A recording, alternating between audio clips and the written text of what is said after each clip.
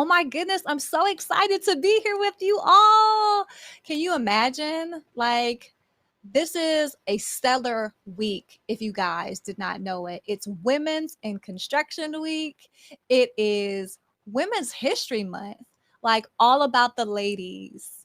Okay. And I am super excited because I have an amazing guest with me that you guys are going to find super valuable. I'm going to be interviewing Wendy SpringBerg.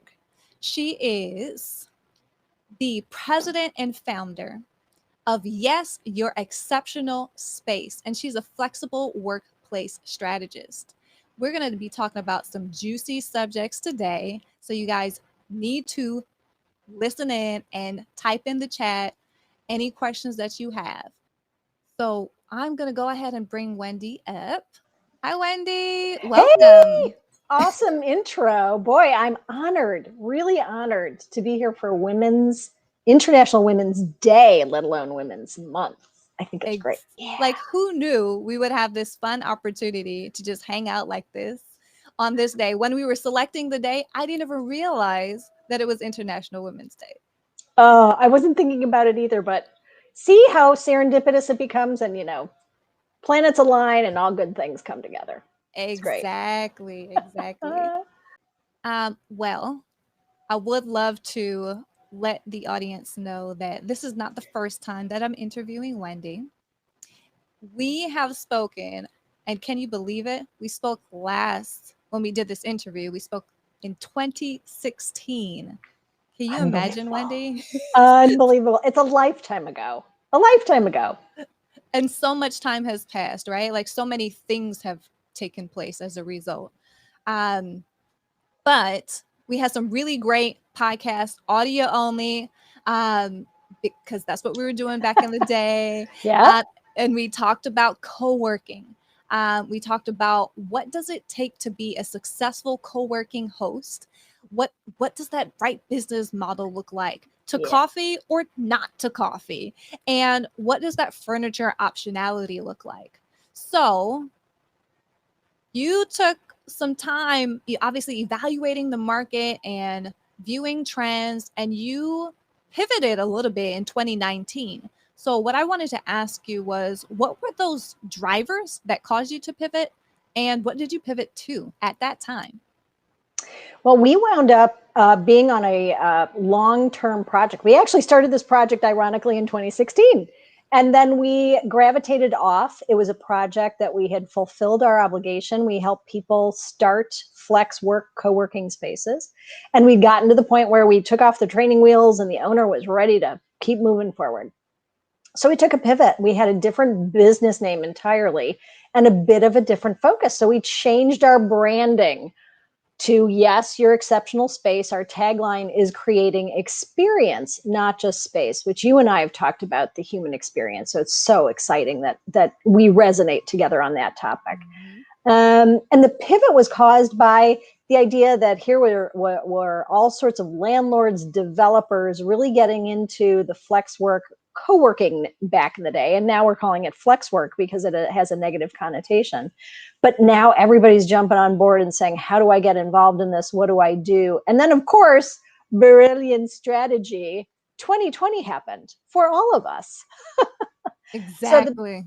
So the pivot was to truly capture landlords and developers who were saying, I like this flex work idea and I think I'd like to get in on it, but I don't know the first thing about how to do it. So that's what we did. Okay. So you had a lot of that approach when you were, initially talking with people who might want to start a co-working space and were looking for your advice and consulting. But it was more around flex space, hybrid, maybe a little bit more traditional, talking to developers, right? Kind of going back to who are our corporate real estate partners that we could kind of educate because they have space already. Is that that's correct? The pivot to where we are now. What we were doing before was really more entrepreneurs who kind of were in the startup world and saying, I love the idea of co-working. I watched WeWork do it. Unfortunately, they flamed out. Thinking I'm going to get, 6,000 square feet, open my own. So that was the model that we were experiencing before. And we decided to take this pivot because of the fact that landlords and developers have a lot more square footage. We know from our vast experience, we've been doing this under the auspices of a different brand since 2001. So we've been doing this a long time, Vancouver to Puerto Rico. And we know, based on all of our experience and industry justification from data points, that it's about a 10,000 to 12,000 square foot minimum that really is a sustainable business model if you intend to do this as an actual business, as opposed to, say, we like to say a hobby. That's your side gig of having, say, 6,000 square feet where you're going to share it with friends and colleagues and that kind of thing. So that's the pivot that we took, because landlords are, and certainly now, here we are in 2021, landlords have a lot of space that is under sublease, and they have to figure out, how do I activate this? How do I survive what's going on right now? So that's why we also thought that's a big opportunity for us to look at the suburbs, for one. Even back in 2019, looking at the suburbs and seeing where there might be underserved communities in the suburbs, or and we'll get to this in a bit. I'd like to share with you what our thoughts on expanding into the city as we get post-COVID. Nice, nice. So, I mean, there's lots of things on the horizon. What do you think the biggest fears are? I mean, other than not getting tenants or not maintaining tenants, what do you think the biggest fears are right now for developers and property owners? Well, as I referenced earlier, there's a lot of sublease space. If I just look at Chicago, the stats came out a couple weeks ago from CBRE saying there's something like 5.9 million square feet in downtown Chicago that is up for sublease, or I should say the broader Chicago market itself. But the suburbs are also catching up to that, in that corporations have been downsizing based on pushing people to work from home. We've been thrown into this experiment, right? Forced into what we thought was, I kind of would like to work from home. Well, guess what? Now you are working from home for the most part, most of us, except for our lovely essential workers that are out there supporting us in all sorts of ways. But the idea of working from home, now I think there's a lot of Zoom fatigue. I think there's a lot of socialization starvation, right? That we'd love to go back to the office, but our awareness now is, I'm not going to do that commute 5 days a week. That's not happening. I am not going there. So I think employers are going to be forced into continuing this smaller footprint, which is going to affect landlords, developers, right? But there's an obvious pivot to, can you create flex work? And by that, I mean, there are many animals out there in terms of flex work. And you mentioned hybrid. So more individual offices, but also some open plan when we get post-COVID, because people are still going to want to hang out at a cafe and lift up their head and chit chat with someone after they've been doing their focus work in an office. But then there's the flex opportunity of doing spec suites, right? Smaller spec suites, when people outgrow that, 200 square foot space with 3 of their colleagues, now they have 5 to 10 people. Can they do just the next step up? And the landlord doesn't have to create, 7,000 square feet for a 10-person company. They can create the next level, which may be 2,500 square feet. So there's a stepped process, and then they keep the tenant in the building.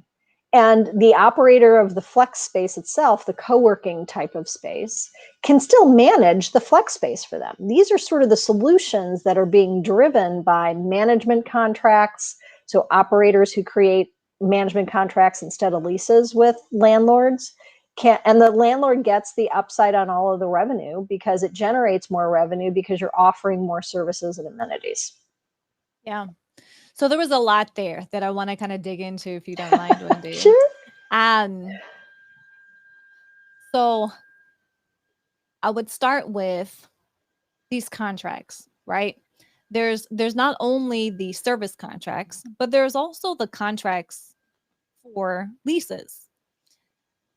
How are those being managed from your purview and or adjusted in order to accommodate now people going into these more spec suite like spaces or co-working like spaces, if they're shifting to those models? What are you seeing? What are you seeing as obstacles?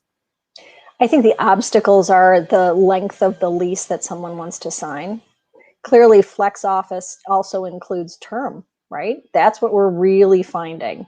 It's been the truth for flex work co-working that they offer short term, but if someone really wants to do this with the landlord directly in a spec suite, the most a landlord can really ask for right now is really 12 months. And I think it's still premature for them to be able to ask for that. We have to get to post-COVID, maybe 2022. I'm sorry to say, folks, 2022, where it's the landlord can develop a plan for flex space. They can say, hey, we'll agree to a 12-month agreement and see where it goes from there. Okay. That's interesting.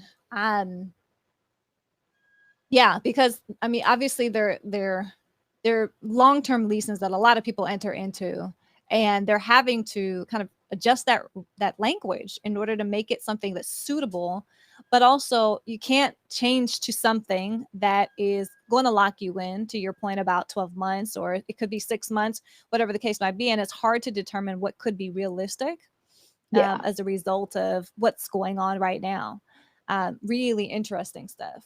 Yeah. So another thing that I wanted to dig into is, what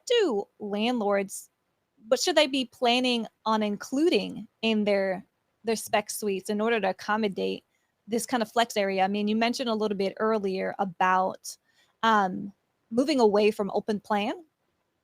What is that trend that you've been seeing? Why, that's no longer potentially working? What are the adjustments that should be thought about when landlords are updating their spaces? Well, I think there are a couple of things going on. So I think, of course, people from sanitation, as long as nobody else is having access to my office, I feel comfortable coming in and out of it. It's also, you have to think about a touchless environment. So a landlord has to think about, what are all the touch points, even entering not just the elevator, right, and the building, but entering the flex space, but the individual office. So everything has to be touchless. You have to be able to access it through your mobile phone. So that's one aspect of individual offices and going to that direction as well. And the sanitation protocols that are still required. So some of the other things that we're seeing, and even beyond spec suites, if we go back and say these are people who might be graduating from a co-working environment or more of a flex work where it's a single floor into their own space, something that a landlord should consider is to still offer an amenity that could be a common area to the building. But again, post-COVID, because we're still a little leery of sharing, but podcast studios and video studios, just like we're doing today. How can we maximize the value in the amenity space?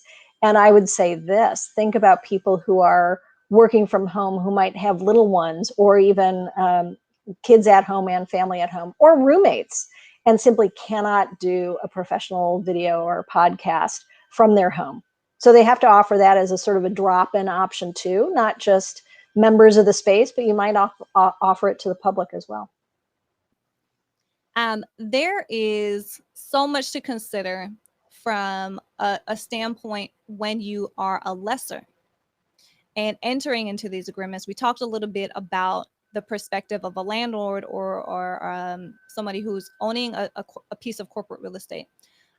What are your thoughts from the perspective of the lessor? What should they be considering as they look for space, as they're thinking about how they might expect for their employees to interact within these spaces? What are your recommendations around that? I'm going to tackle it from two different perspectives, one of which is certainly if you have a team with you, you're bringing employees back. I think one of the things that I've observed in my example, pardon me, my example is my health club. I know it sounds a little scary, like who's going to the health club right now?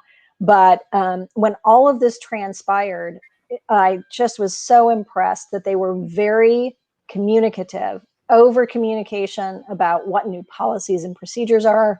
So that's what you want to look for from your landlord, is that they're constantly communicating any changes any standards that they have, any updates from, say, the CDC or recommendations from the CDC and the protocols that they must follow. You also want to make sure that they have a policy as part of the documentation of any agreement that you're going to sign with them, that it absolutely contains those protocols. So I think from that standpoint, on the bringing back a team, that's what I would recommend, is taking a look at that. There's just so much to consider, because we have the vaccines that are readily coming available. We've just had the announcement, earlier last week, right? Like, we should have pretty much vaccines available for every citizen in the United States, right? So it's something to consider. That it's just definitely a changing trajectory. Here, we even heard today, I think I saw a notification on Twitter that if you've gotten the vaccine, you no longer have to wear a mask. That's something that the CDC is saying that they're okay with. So even with those changing trends, I mean, obviously there's a consideration of plan for now, immediate return to office, right? Returning to what spaces were, or what this new kind of weird transition time is, versus that long term. So what would you recommend as for tenants that might be coming back, or people that own spaces and are thinking about coming back, in this interim phase versus the long term? The interim, I think, honestly, is looking at all of that. Sorry, folks. I do think that in the immediacy, I'm a person personally, I'm conservative about the mask thing, and I'm not dictating to anybody, but I think being a person that might be part of your team population, you want to respect that there'll be all sorts of different responses to this, right? So you'll have a mix of your team wearing masks and not wearing masks. And so I think it's important that you create guidelines for yourself and say, what is acceptable, what is not acceptable.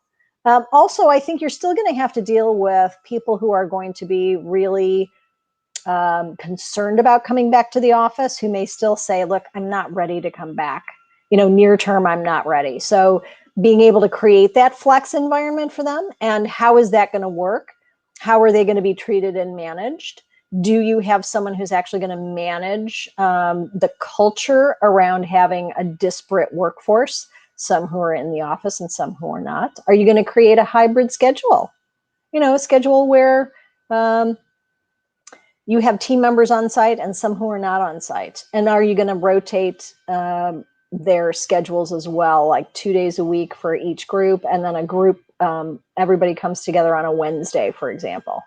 I just think that's going to be true moving forward in the near term, once we get all the vaccines and people are starting to come back to work. Excellent. I'm just trying to get both of us back here up on the screen so everybody can see both of us. I do think long term, that was the other part of your question. I think on a long term, you're still going to have those policies in place. I think it's going to take us a long time to get back to feeling comfortable with where we are. And remember, I think in some cases, I'll use again, friends of mine who are working in corporate America, is that they know when things go back to going back into the office, they're going to need a little bit of priming the pump, if you will, right? We're going to have to get back to, oh my gosh, I've got to commute again, even if it's only occasionally. How do I drive? How do I take public transportation? Do I take public transportation? So all of those interesting things, just incredible, right? The things that we're going to have to get back to thinking, oh, that's how I used to do it, and I'm still going to have to do it that way. Some things are not going to change. You're just going to return to them, and it's going to seem foreign again because we haven't been doing it for a while. Absolutely. Oh, man. So, yeah, I liked your recommendations about like making sure you have policies in place, just setting out some expectations for people to really just get back into the swing of things, and also know how to behave in order for them to maintain safety in the interim, but also this long term, right? There's also you're going to have to be doing some of quote unquote change management for that long term, right? Just getting people again back to an understanding of how do we function in this space, which is something that's super normal for when people, we're doing this huge transition with these open plan, workplaces. it's a consideration that we have to do it all over again with just how we're working in this flex work space. Well, think about this. Think about how you're talking with people. We're now, of course, remote, and we're talking remotely. So we don't have masks on. We may return to a workplace that has a little bit of masking, depending on who's been vaccinated and who hasn't been. How do you do facial expressions when you have a mask? How do you interpret body language? I mean, body language will be helpful because we'll be live. But how do you communicate with your colleagues when you're the one wearing the mask? And the best you can do is this, and your eyes, and those types of expressions. And the other thing is, I think there will be a certain point where we won't be standing as close together. There'll be a bit of a, 6 feet. And then you realize, okay, I don't have to do that anymore. There are all of those things. And how do we transition back as humans into what's going to be real next time around? Isn't that funny? Yeah, it's so interesting to think about, but we're all experiencing it too, in weird ways at various degrees, varying degrees. I've been working from home since March last year. And I mean, for the most part, most people have been too, but I've had no need to go into the office, like, at all. Now, some of my team members have been going in because they have various construction projects that they're working on, obviously facilities, maintenance, all of that. That makes complete sense why they've been going in. But there's going to be varying degrees of normalcy when each level of transition takes place. I think it's the same thing that we were talking about, that we've been, and I don't mean just us, but I think us as a population on the planet, of having compassion. Just allow room for transition, whatever that looks like, and realize there are multiple ways to transition back. I think having those guidelines, and I would say protocols and policies and procedures, but also kind of as guidelines as opposed to hard and fast rules, because it's got to be fluid. Yep, absolutely. And I think that's the part that we've all gotten really used to.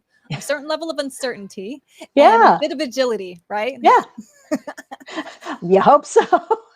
Oh my goodness. Yeah. So you talked about compassion. So I would love for us to kind of touch on this topic. I mean, you mentioned a little bit earlier about accommodating more flex workspaces in residential areas, in suburban areas, even in the city. And, we've had so much realization over the past year that there is the socioeconomic disparity in areas where there are people of color and they just do not have access to spaces of work, offices, even within their own homes or their buildings. It's been internet access, huge considerations to understand how to make sure that there's a workforce ready and able to continue working with your companies. And we've gone through a number of transitions. I would say as many corporations have gone through many transitions trying to figure out how to accommodate their workforces. But in some cases, it's not happened as well as it should have. So I wanted to ask you, what have you thought about, seen, considered as it relates to supporting workforces that may not have internet access or offices in, specific residential areas or in city areas? What are your thoughts about that? Well, one of the things that we're looking to pursue is conversations with developers. And one of the ones that I would like to reach out to, and we just haven't been successful yet, is Leon Walker of DL3 Realty here in Chicago. The reason I thought about them is Mr. Walker has actually been very principal in creating Whole Foods at 63rd and Halsted. He brought to this whole development that he steered. He brought a Jewel Osco to Woodlawn. So he's revitalizing underserved areas. And my gosh, get rid of the food desert. Thank goodness in those two cases. And hopefully more is coming.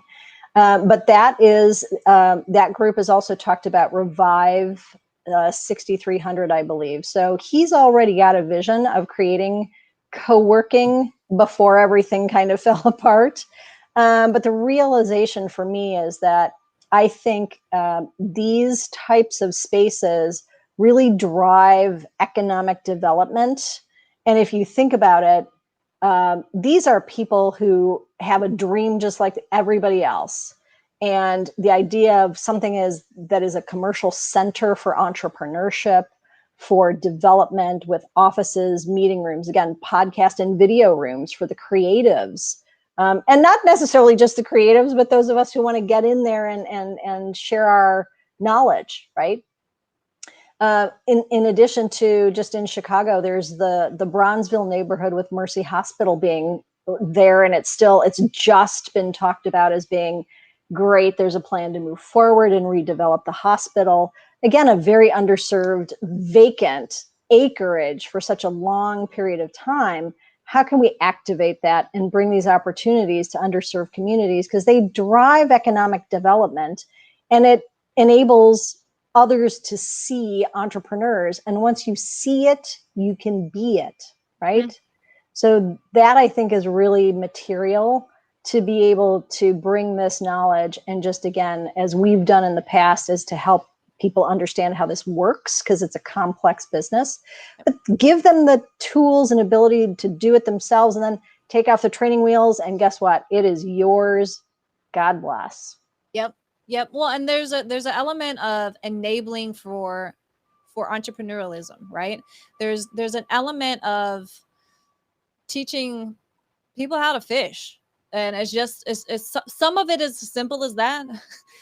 But there's also the need for investment in that kind of development. So coming at it from a perspective of, we need more healthcare in a particular area, right? So that's clear. You mentioned grocery stores, right? That's clear. There are certain things that enable a neighborhood to be almost, I was going to say self-serving, but make it a community, right? Make it so that resources are accessible, right? In order for you to thrive in that environment, not just survive. So I think you're hitting the nail on the head there when it comes to thinking about it as an ecosystem. To your point, it's a community. I like that a lot. And I think that if you're just thinking about workspaces as a component of it all, it really starts to round out the picture. I'll share a story with you about some of the work that we're doing now, and it's in a different part of the city, but it's a person who's a developer who is actually building a small 6-story apartment building. It's on the north side, and part of the plan is on the upper floors, the top 4 floors are apartments, and the bottom 2 are going to be flex office, because this person is really interested and passionate about pursuing this. We're going through the feasibility study and saying, yes, we've evaluated it, and we see both from a location and market demand. And the fact that there's a captive audience upstairs is really great, in 2 feet of snow in Chicago that we experienced recently. But the other side of the coin is also the fact that this is, again, retail is a really tough nut to crack, but it creates a community, right? You can come downstairs. You don't have to be in your 1-bedroom apartment. You can come downstairs now once 2023 rolls around and this opens, and you can be with other entrepreneurs, other workers. Even if you're working from home 2 days a week and you're going downtown the rest of the week, there's still an opportunity to get away from the apartment and change it up. And so, again, it's creating its own destination point, and there'll be event spaces part of the office development on the first 2 floors. So there'll be events. It drives the sense of community, and as you mentioned, a whole ecosystem that goes beyond the immediacy of the 4 walls and out into the neighborhood and the rest of the community. Well, and then one thing we talked about in 2016 is that connectedness of not only the workspace, but the small businesses that you can bring in to support those individuals who are working in those spaces throughout the day. I mean, we talked, like I mentioned at the beginning, to coffee or to not to coffee, but there's that definite view of how do I now partner with maybe a nearby yoga studio for somebody to come in and teach a class, right? There's so many things that kind of feed into that overall consistency and that view of community that can certainly be thought about. Well, the events have to be catered by somebody. You might as well look at your neighbor down the street who has this amazing Indian restaurant or Thai restaurant or soul food restaurant, whatever the case may be. Your favorite food, bring it in and share. It's just a great idea, great opportunity. I love the yoga studio. Yes. I love your thoughts, and I love to hear what's taking place already, at least in Chicago on the north side there. That's really so poignant these days for us to see and hear about more people who are seeing the opportunity and taking advantage of supplying the need. Yeah, yeah. I'm grateful that I think we'll be in that situation by 2020, late 2022 or early 2023, where this will be, people will be able to exhale, if you will, right? And say, oh my gosh, I'm so glad I can go back to an office. Gosh, you guys have events. I'd love to listen to Brittanie talk about the built environment. When can she come in and talk to us about that? So I think that's a really, I'm grateful that I see that on the horizon. I am an optimist by nature, but I see that on the horizon. And I'm just waiting for all of us to be able to go back and enjoy some of those things that we've lost or have put on the back burner. So I'm looking forward to that. Yeah, me too. I did want to ask Wendy some questions about what her thoughts are around women, particularly in the workplace. Um, One question I have for you, Wendy, is what do you think the industry needs to work on as it relates to um, bringing the skill sets to maybe more visibility that women are capable of and excelling at? I mean, what do you see as opportunities? Well, I think that's something that's interesting. And I reflected on this question a bit because um, I'm a failed architect. I took a couple of years in college and failed miserably, but I love the idea of the built environment. So it took me a long way to circle back into this work on my path, but I'm delighted to do it. But it's because I also had exposure. My dad was mechanical engineer by education, an HVAC contractor. And so I got exposure to the built environment. He got the HVAC contract for the John Hancock building. Woohoo! So being exposed to that, I think, is a big deal. And I think if we can do that, number one, even through families, I'm a big believer in the fact that we need tradespeople and not everybody needs to be going to college. There are people who love to work with their hands and undo puzzles, if you will, physical puzzles as well as intellectual puzzles. So we need to give them the opportunities. But the only way we can do that is by showing them and demonstrating. So not just, the average person, but women especially. Can we draw more women into the trades? In addition to architects and engineers, can we draw them into the trades? Because it's such an environment. We always need plumbers. We're always going to need HVAC folks. We're always going to need electricians. How can we attract them by showing them examples? And frankly, if we can kind of push the envelope to say, guys, you need to bring more women in, we're going to have that conversation too and find out. I'm not as familiar with the construction community as a whole because I have this very specific niche. But even in my industry, there are a lot of men who own real estate. And I'd like to see more women get into the owning of the real estate portion, not just being a tenant and a provider of this type of service. And I'm thoughtful about doing that and working with more women as well. So I'm excited about that. The industry's coming along in that sense. Yeah, so I have to rely on you. What are you seeing? Let me turn it back on you. And I think this is a really good question for us to be intentional about when thinking about it and when seeing the opportunities. I am trying to figure it out myself, but there's some things that I see that are super easy to do. Um, Recognition of what's already being done.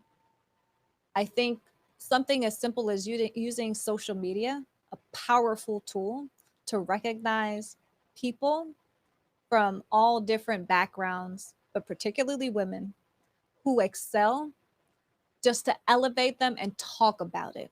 Women of excellence. That's right. Just talk about it, because I think sometimes there's a perspective of, well, women are doing great jobs, and they are represented in the industry, whether it be from real estate to design to construction, facilities management, whatever. But there is, when you see events, and you see people who are typically requested to speak at those events, you will see the Amen. majority of people on said panels that just so happen to be white men. It's fewer women most of the time. And so when you talk about and recognize women, there is a definite shift in mentality about what you're about and what you're capable of if you have somebody constantly talking about how good you are. The other piece of it is, make sure you share that you think these women should be on stage or talking, Yes. just be direct, right? And I think sometimes as women, we're just sometimes not as direct as we need to be in order to get into the places that we should be in. And just being assertive in that way, not just for yourself as a woman, but for other women, on behalf of other women, right? So I those are a couple really simple ways. um the other thing is, maybe just be an advocate within the workplace, right? Like, advocate and again, elevate, celebrate, recognize. I think I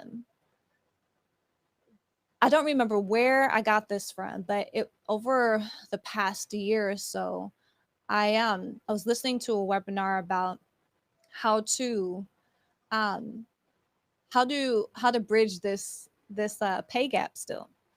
And there was a recommendation around speaking about women, elevating them when they're not in the room, Mm. specifically when you can affect change, when you can speak well of them, to speak well of them, to make sure that when there are those conversations about pay, when there are those conversations about what recognition looks like, to talk about women. I mean, and not that you wouldn't talk about men too if they're deserving, because many times they are, right? It's not like we're not. This is about equity, though. It's about making Yes. that equity is what we're trying to do. It's honoring them, right? It's honoring that there's a whole side that may not be in the room, as you say, that's still contributing massive amounts to the economy.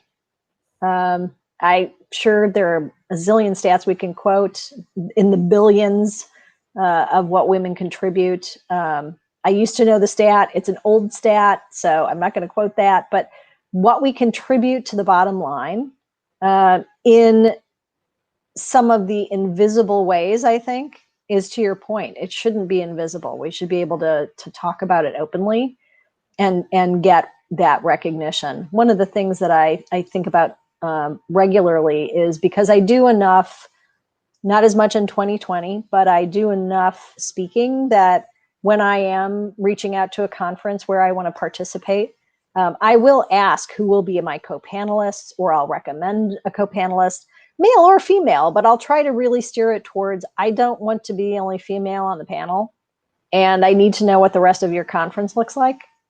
And I need to know that the representation is there in many different ways beyond just male, female, but that all sorts of representation is on view. Otherwise, you're missing opportunities and you're missing brain power. I mean, that to me is very important. Brain Yeah. power. Yep. Brain power and diversity of thoughts. Yes. Yeah.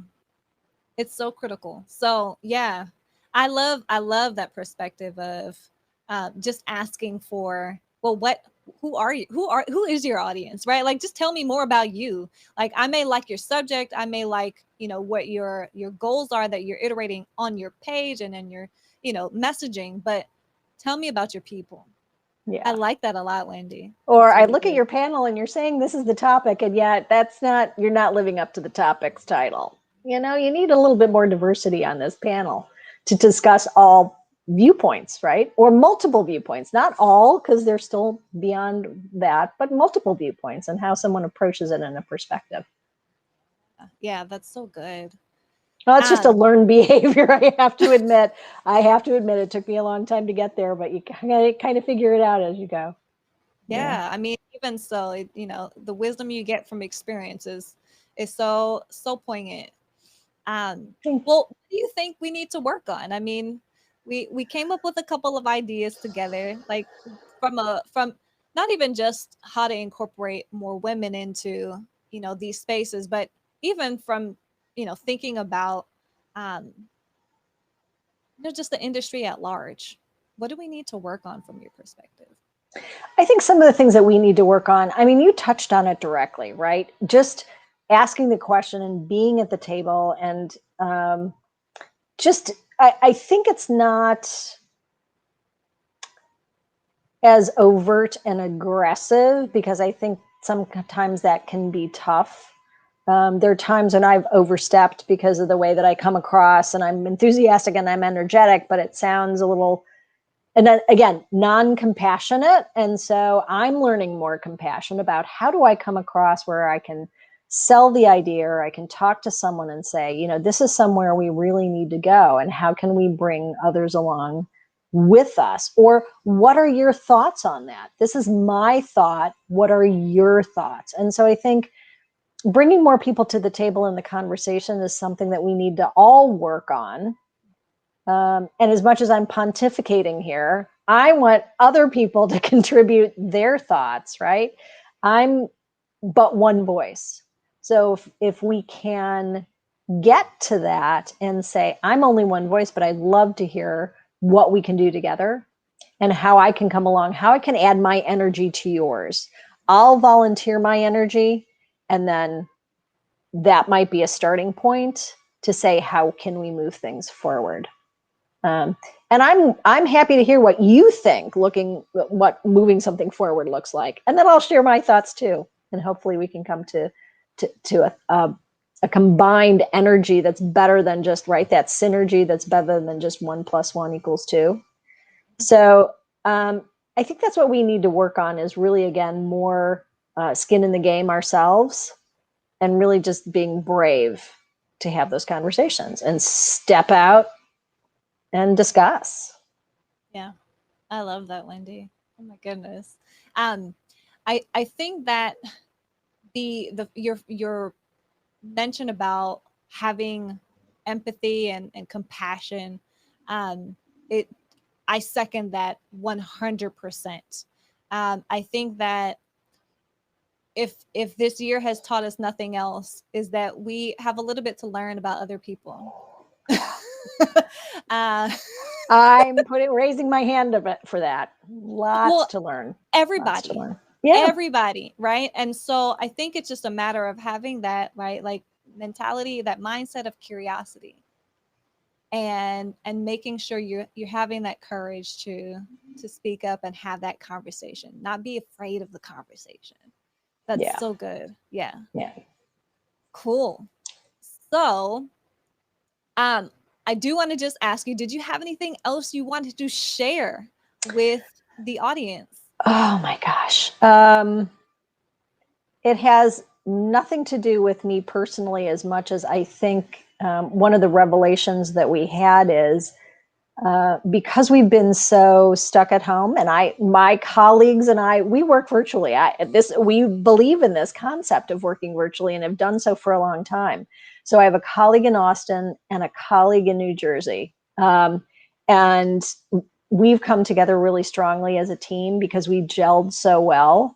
But I have to say, I think coming together and really being able to listen more effectively has been something that's been on our radar. And getting out there and again, and the idea of talking to other people, getting more involved with just basic outreach. It's not just business development anymore, right? It's not, I'm less about business development and more in landlord, what are your pain points? Or even Brittanie, what are your pain points and what are you seeing? And that curiosity that you mentioned is, how can we just talk to each other? Not with the idea that there's a transaction involved, but the idea of what can we learn in that curiosity with each other, and what can I bring to the table that's going to help you, or a resource that's going to help you that has nothing to do with me other than I'm the conduit. So I think that's something I've learned from 2020. And I'm trying to get better at it, right? That's a learning I've got, that I need to be better at being a conduit, as opposed to just super transactional, because as entrepreneurs you are, right? That's the whole reason of being, is beyond helping your client, it's to help the broader community as well. And what does that mean? It means your colleagues around you too. Yep. So Yep. Oh, I love that. I love that so much. Listening is a lesson I'm learning too. I think it's something that we can all, even if we're skilled listeners, we can continue to learn how to be better at it. yeah. It's really good. Yeah. Well, we are talking with Wendy SpringBerg, and we are just getting ready to wrap up the conversation. But I do want to share with you, she is a flexible workplace strategist at Yes, Your Exceptional Space. We've been having an amazing conversation about flex work and what does the future look like. She has shared quite a bit, from the perspective of not only the landlord and corporate real estate owner, but also from the tenant's perspective. She has shared about how we might be adjusting to how we support spaces in the suburbs or even in urban areas, and we just talked about women and how we might elevate women in this industry. So I appreciate you, Wendy, so much. This has been such a fun conversation. Oh, the honor is mine. The honor is mine. And it's great to reconnect with you. I was so excited to know that you're still going strong and doing this. You are an amazing, remarkable woman yourself. Oh, likewise. Thank you so much, Wendy. Yeah. I do want to give you the opportunity to share, where might people learn more about you or get in touch with you? Oh, thank you. Well, our website is yes-spaces.com. So you can go there and take a look at our website. But if you'd like to get in touch with me, I've put my email address as my contact info, Wendy at yes-spaces.com. I'd love to hear from you, even if it's just a question or a statement or not even a problem. I just love to hear what's going on in your world, and what are you seeing out there? I'd love to hear it. Be great. Excellent. So thanks for the opportunity. Yeah, I'm so happy that you were able to join us on International Women's Day. We got to celebrate together. Yay!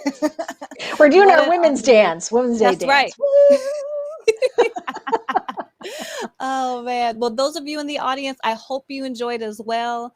Please know that this will be available on YouTube, on Periscope, on LinkedIn, and on Facebook after this broadcast. You will be able to connect with us after this session, but I look forward to getting in touch with you if you have any questions. I will quickly just throw up my contact information here too. Brittanie_CT. You can follow me on Twitter, and then LinkedIn is super easy. You just search for my name, Brittanie Campbell-Turner, or you can look for the link at the end, Brittanie CT. Awesome, Wendy. Thank you. Brittanie, you're amazing. You're a rock amazing star. Too. Thank you so much. All right. We'll talk soon then, Wendy. Bye-bye. Take care. Bye.